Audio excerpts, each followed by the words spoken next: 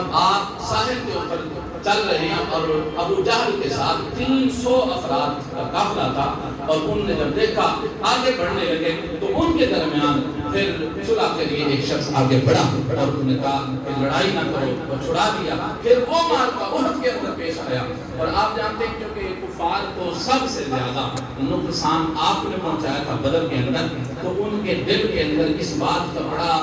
دل کے اندر بدلہ لینے کا بڑا دکھ تھا کہ ہم نے ان سے بدلہ ضرور لینا ہے۔ اسی بات پر وحشی کو تیار کیا گیا کہ تمہیں ان کو نشانہ بنانا ہے اور تمہیں آزادی کا پروانہ مل جائے گا۔ آپ جانتے ہیں کہ پھر حضرت امیر حمزہ رضی اللہ تعالیٰ عنہ آپ کو شہید کیا گیا، اور شہید میں شیر کو جب وار کیا گیا تو چھپ کر وار کیا گیا، اور وہ وار آپ کی یہ پیٹ کے اندر سے سامنے سے نکل آیا، اس وقی کے اندر سے داخل ہوا۔ بات ارز کر رہا حضرت امیر حمزہ رضی اللہ تعالیٰ عنہ آپ کی پھر لاش کو مسلح بنایا گیا، یہ ناک، یہ ہونٹ، یہ آپ کے کان کاٹے گئے، اور یہ رسول کریم صلی اللہ علیہ وسلم کے چچا کو اس طرح مسلح بنایا گیا۔ مسلح کہتے ہیں جس کے چہرے کو تبدیل کر لیا جائے، چہرے کو مسل کر دیا جائے، اور رسول کریم صلی اللہ علیہ وسلم آپ نے جب آپ کے چہرے کو دیکھا اور اس وقت حضور کے آنسو بہ رہے تھے، اور میرے محبوب علیہ الصلوۃ والسلام ان کے لیے اس وقت آنسو بہتے ہوئے آپ جانتے ہیں حضرت امیر حمزہ رضی اللہ تعالی عنہ چونکہ حضور کے بڑے محبوب چچا تھے، اور میرے محبوب علیہ الصلوۃ والسلام نے جب احد کا معرکہ ختم ہوا تو اس کے اندر آپ فرما رہے میرے چچا کو تلاش کرو، ایک گھاٹی کے اندر آپ کی ناش مبارک کو دیکھا گیا، اور دوسرے انصاری صحابی کی بھی دونوں لاشوں کو مسلح بنایا گیا تھا، چہرہ بسم کر دیا گیا تھا۔ رسول کریم صلی اللہ علیہ وسلم نے 70 شہداء احد ہیں، حضور نے 70 دفعہ ان کا جنازہ پڑھا، یہ بات بڑی پتہ کی ہے، اور جب جنازہ پڑھاتے سب سے پہلے جن کا جنازہ حضور نے پڑھا وہ کون تھے؟ حضرت امیر بولیے گا حضرت امیر حمزہ رضی اللہ، سب سے پہلے حضور نے ان کا جنازہ پڑھا، اور جب ان کا جنازہ اٹھانے کے لیے دوسرے صحابی کا جنازہ رکھنا تھا، حضور نے فرمایا میرے چچا کے جنازے کو نہ اٹھاؤ، پھر دوسرے صحابی کا ساتھ رکھا، حضور نے پھر جنازہ پڑھا، پھر تیسرے صحابی ان کے صحابی کو اٹھایا گیا، اور حضرت امیر حمزہ کی لاش اٹھانے لگتے تو حضور فرماتے رہنے دو، ہر دفعہ 70 دفعہ حضور نے حضرت امیر حمزہ کا جنازہ پڑھا۔ اور جانتے ہیں کہ احد کا میدان اس کے اندر حضور کے صحابہ کو بڑا نقصان ہوا ہے کہ 70 صحابہ رسول کریم صلی اللہ علیہ وسلم کے شہید ہوئے، کفار جو تھے وہ 22 مارے گئے، اور اس وقت رسول کریم صلی اللہ علیہ وسلم آپ کے دل پر بڑا رنج تھا۔ آپ جانتے ہیں حضور کے دندان مبارک بھی شہید ہوئے، جی میں بات عرض کر چکا ہوں کہ دندان سے یہ نہیں کہ حضور کا کوئی دانت مبارک گرہ سے نکل گیا تھا، نہیں، حضور کے دندان مبارک جو سامنے والے تھے ان کا تھوڑا سا حصہ ٹوٹا تھا، اور محبوب علیہ السلام کے مبارک آپ کے دانتوں سے خون نکلا، اور پھر وہ بات میں سنا چکا ہوں آپ کو کہ اللہ کریم نے جبریل کو بھیجا کہ زمین پر خون نہ گرنے دینا، اور حضور اس درے کے اندر محبوب علیہ السلام گرے، اور کریم آقا علیہ السلام کی خوشبو مبارک آج بھی وہاں سے آتی ہے۔ اب تو وہاں دیوار کر دی گئی، اور جو گئے ہیں پہلے وہ جانتے ہیں، جب میں گیا تھا 2000 میں 2020 کے اندر، تو اس وقت جو ساتھی ہمارے گاؤں کے تھے ان کو 9 سال ہو گئے تھے وہاں رہتے ہوئے، وہ کہنے لگے کہ اب دیوار ہے، لیکن جب دیوار نہیں بنی تھی میں کئی دفعہ وہاں پہ گیا ہوں، ان کی انجینئرنگ فیلڈ تھی، ان کا کام یہ تھا عمارتیں بنانا، روڈ بنانا، وہ کہتے تھے میں کئی دفعہ گیا ہوں، اور جو خوشبو آپ شہداء احد سے آ رہی ہے یہی خوشبو ہمیں وہاں سے بھی آیا کرتی ہے۔ رسول کریم صلی اللہ علیہ وسلم آپ جانتے ہیں کہ احد کا معرکہ مسلمانوں کے لیے پہلے فتح، پھر وہ جو لشکر پیچھے درے کے پیچھے تھا، حضور نے فرمایا تھا کہ درے والے کو جو 50 تیر انداز سے کہا تم نے فتح ہو جائے، شکست ہو جائے، تم نے اپنی جگہ کو نہیں چھوڑنا، اور ان میں سے چند ایک نے کہا کہ فتح ہو گئی ہے اور مال غنیمت کے لیے بھاگے۔ حضور کے حکم پر چونکہ حکم عدولی ہوئی، حضور کا حکم نہ مانا گیا، تو وہ فتح جو تھی وہ شکست کے اندر بدلی، پھر فتح ہوئی۔ میں بات کر رہا ہوں کہ مسلمانوں کو نقصان بڑا ہوا، 70 قیمتی جانیں اور 70 شہداء، محبوب علیہ السلام کے پیارے چچا حضرت امیر حمزہ بھی جن کے اندر ہیں وہ شہید ہوئے۔ بات کر رہا ہوں اس وقت حضرت سعد رضی اللہ عنہ جب گمسان کی لڑائی ہوئی، جب پیچھے سے حملہ ہوا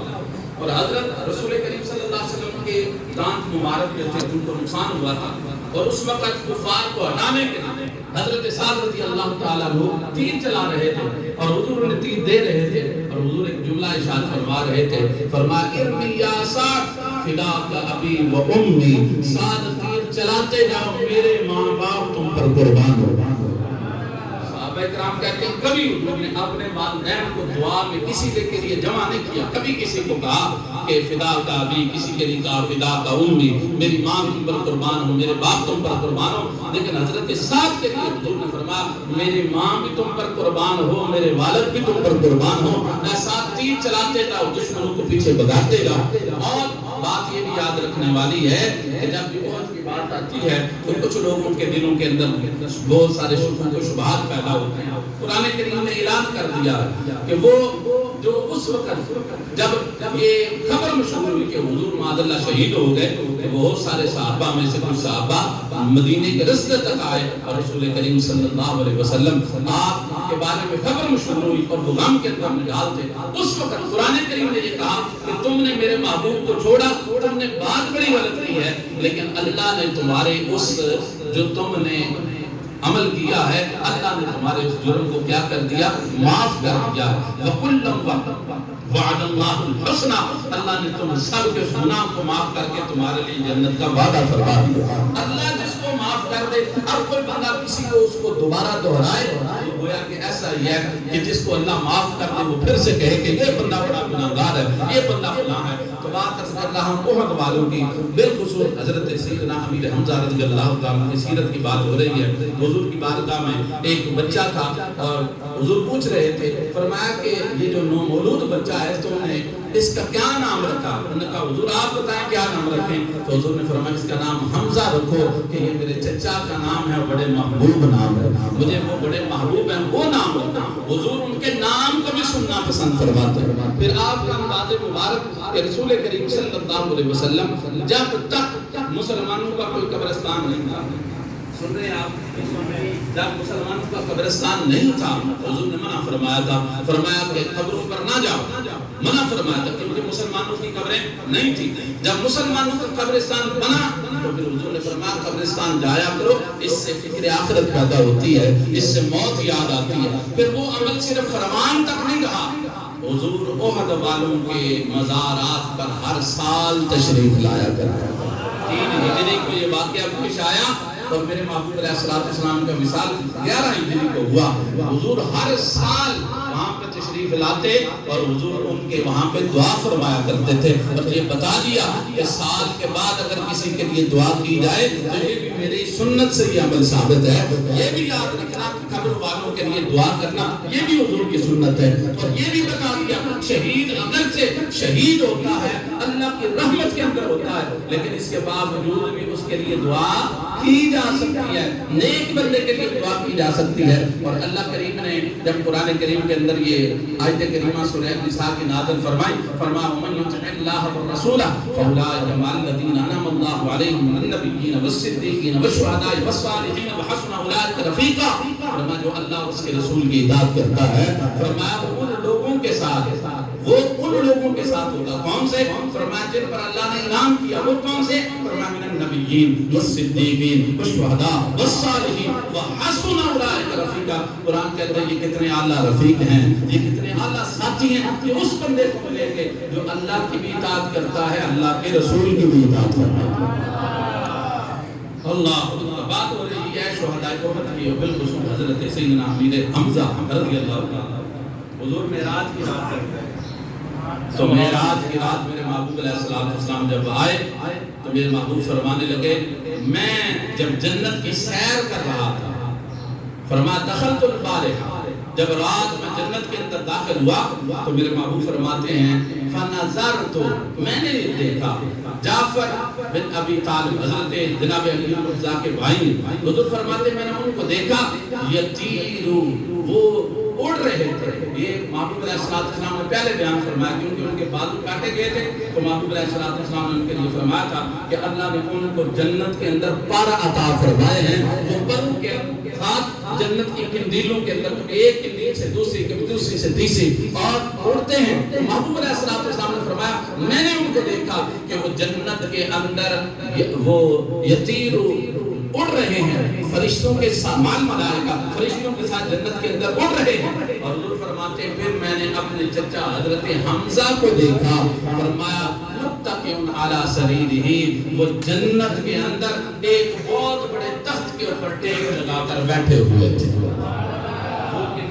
جنت کے اندر ہونا، جنت کے اندر ٹیک لگا کر بیٹھا ہونا میں بیان فرمایا۔ اور پھر یہ بات بھی مشاہدات کے اندر ہم نے علم میں لکھی ہے، بالخصوص حضرت علامہ مولانا رضا صاحب مصطفی صاحب، یہ گجرانوالہ جامعۃ المصطفیٰ والے بڑے مشہور ہیں، سارے احباب ان کو سنتے رہتے ہیں۔ انہوں نے خود ایک اپنا واقعہ بیان کیا ہے، وہ کہتے ہیں کہ میں جب شہدائے احد کی زیارت کے لیے گیا تو وہاں ہمارے پاس روٹیاں تو تھی، پانی نہیں تھا۔ کہتے پانی نہیں تھا تو ہم نے دیکھا کہ وہاں پہ بزرگ تھے، وہ کہہ رہے تھے کہ بھائی ایک دفعہ مجھے بھی کھانا بھی نہیں تھا، پانی بھی نہیں تھا، آپ کے پاس تو پانی نہیں ہے، ہمارے پاس کھانا بھی نہیں تھا، پانی بھی نہیں تھا۔ اور وہاں پہ ایک بندہ ایسا آیا، اس نے کہا کہ یہ جو حضور کے چچا ہے نا، ان کے وسیلے سے دعا مانگو، اللہ تمہیں کھانا عطا فرما دے۔ کہتے ہیں اس بندے نے ہمیں کہا اور ہم نے ان کا وسیلہ دے کر کہ اللہ کے رسول صلی اللہ علیہ وسلم کے چچا، ہم آپ کے وسیلے سے اللہ کے دربار میں دعا کرتے ہیں، ہمارے لیے مالک کریم ان کے وسیلے سے کھانے کا اہتمام فرما دے۔ کہتے ہیں کچھ دیر کے بعد بندہ ایک آیا، کھانا لے کے آیا اور پتہ بھی نہیں چلا، وہ غائب ہو گیا، ہمیں نظر بھی نہیں آیا، ہم کچھ اوجل ہو گیا۔ وہ کہتے ہیں کیوں ہی؟ ہم نے کہا جی آپ نے جو منظر دیکھا ہوا ہے، آپ ہمارے لیے دعا کریں۔ انہوں نے جب کہا تو کہتے ہیں پتہ نہیں کہاں سے وہ بندہ آیا، پانی تھمایا اور وہ چلا گیا، ہمیں نظر بھی نہیں آیا۔ بات عرض کر رہا ہوں، قبول ایسے ہیں اللہ کے دربار میں، آج بھی ان کے وسیلے سے جو دعا کرے اللہ ان کو بھی کبھی خالی نہیں ہوگا۔ حضرت امیر حمزہ رضی اللہ تعالیٰ، یہ محبوب علیہ السلام کے چچا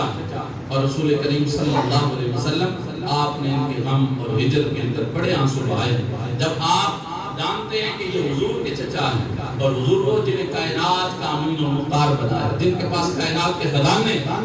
جب حضرت امیر حمزہ شہید ہوئے تو ان کے لیے کفن کی چادر لا کر حضور کی پھوپھی جان جناب صفیہ رضی اللہ تعالیٰ عنہ 2 چادریں لے آئے اور حضور نے کہا انہیں روک دو کہ یہ اپنے بھائی کی لاش نہیں دیکھ سکے۔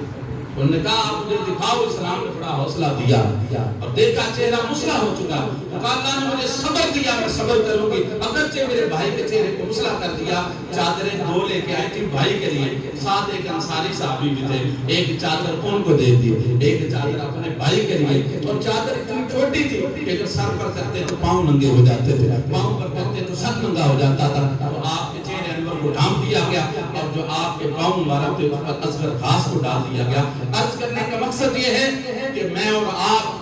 ہم اپنے آپ کو مسلمان کہیں، ہم کہیں ہم بڑے حاجی ہیں، ہم بڑے نمازی ہیں، ہم بڑے متقی ہیں، ایک دفعہ ان کی طرف دیکھیں جو حضور کے چچا ہیں، انہوں نے اپنی جانیں قربان کی، اپنا آپ پیش کیا۔ میں نے اور آپ نے کیا پیش کیا ہے؟ ہم بڑا ہو تو مال دے دیتے ہیں، جان دینے کی طرف نہیں آتے۔ آج غزہ کے اندر، فلسطین کے اندر وہ چھوٹے چھوٹے بچے جو میرے اور آپ کو پکار رہے ہیں اور یہ کہہ رہے ہیں کہ کل ہم اللہ کے دربار میں تمہاری شکایت لگائیں گے، وہ بوڑھے اپنے چھوٹے چھوٹے بچوں کو پیش کرتے ہیں اور کہتے ہیں کہ یا رسول اللہ آپ کی امت نے ہمارے ساتھ بے وفائی کی، کل ہم کیا منہ دکھائیں گے؟ دوستو، بات عرض کرنے کا مقصد یہ ہے اپنے اندر بھی کچھ جذبہ جہاد پیدا کیا جائے۔ میرے محبوب علیہ السلام فرماتے ہیں جس دل کے اندر جہاد کا شوق نہیں ہے وہ منافق کا دل ہے۔ اب اپنے دلوں کو ہم نے دیکھنا ہے، ہمارے دل میں ایک الگ چیز ہے کہ موقع ملتا ہے یا نہیں ملتا۔ بندہ جو میرے محبوب فرماتے ہیں جو بندہ اس حال میں مرے کہ اس کے دل کے اندر جہاد کا شوق ہو،